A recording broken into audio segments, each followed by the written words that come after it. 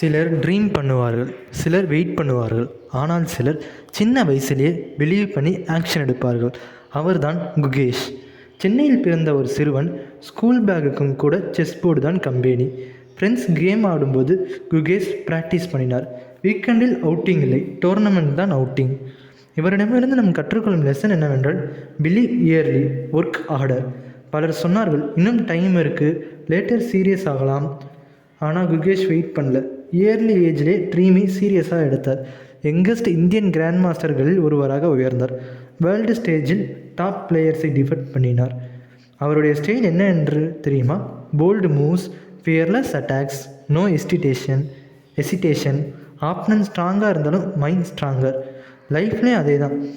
இயர்லியாக start பண்ணினா advantage கிடைக்கும், late ஸ்டார்ட்டுக்கும் சான்ஸ் இருக்குது. ஆனால் இயர்லி பிலீஃப் எக்ஸ்ட்ரா பவர் தரும். குகேஷ் ப்ரூவ் பண்ணினார். Age small, dream big, work biggest. Talent மட்டும் போதாது, டெய்லி கிரைண்ட் தான் டிஃபரன்ஸ்.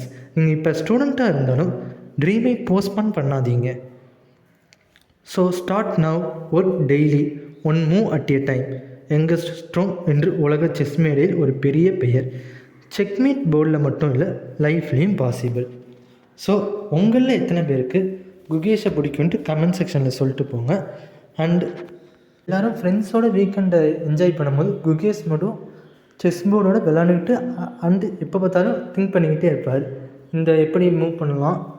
ஸோ அதுதான் இவர் உழைப்புக்கு பெரிய ரீசனாக இருந்திருக்கு. அண்ட் 100 days 100 மோட்டிவேஷ்னல் சேனல் நம்ம சேனலில் வந்துக்கிட்டே இருக்கும். ஸோ நீங்கள் நம்ம சேனலுக்கு புதுசாக இருந்தால் மறக்காமல் லைக் பண்ணுங்கள், ஷேர் பண்ணுங்கள், சப்ஸ்கிரைப் பண்ணுங்கள். தேங்க்ஸ் ஃபார் வாட்சிங். நெக்ஸ்ட் வீடியோவில் பார்க்கலாம். Tata, bye by.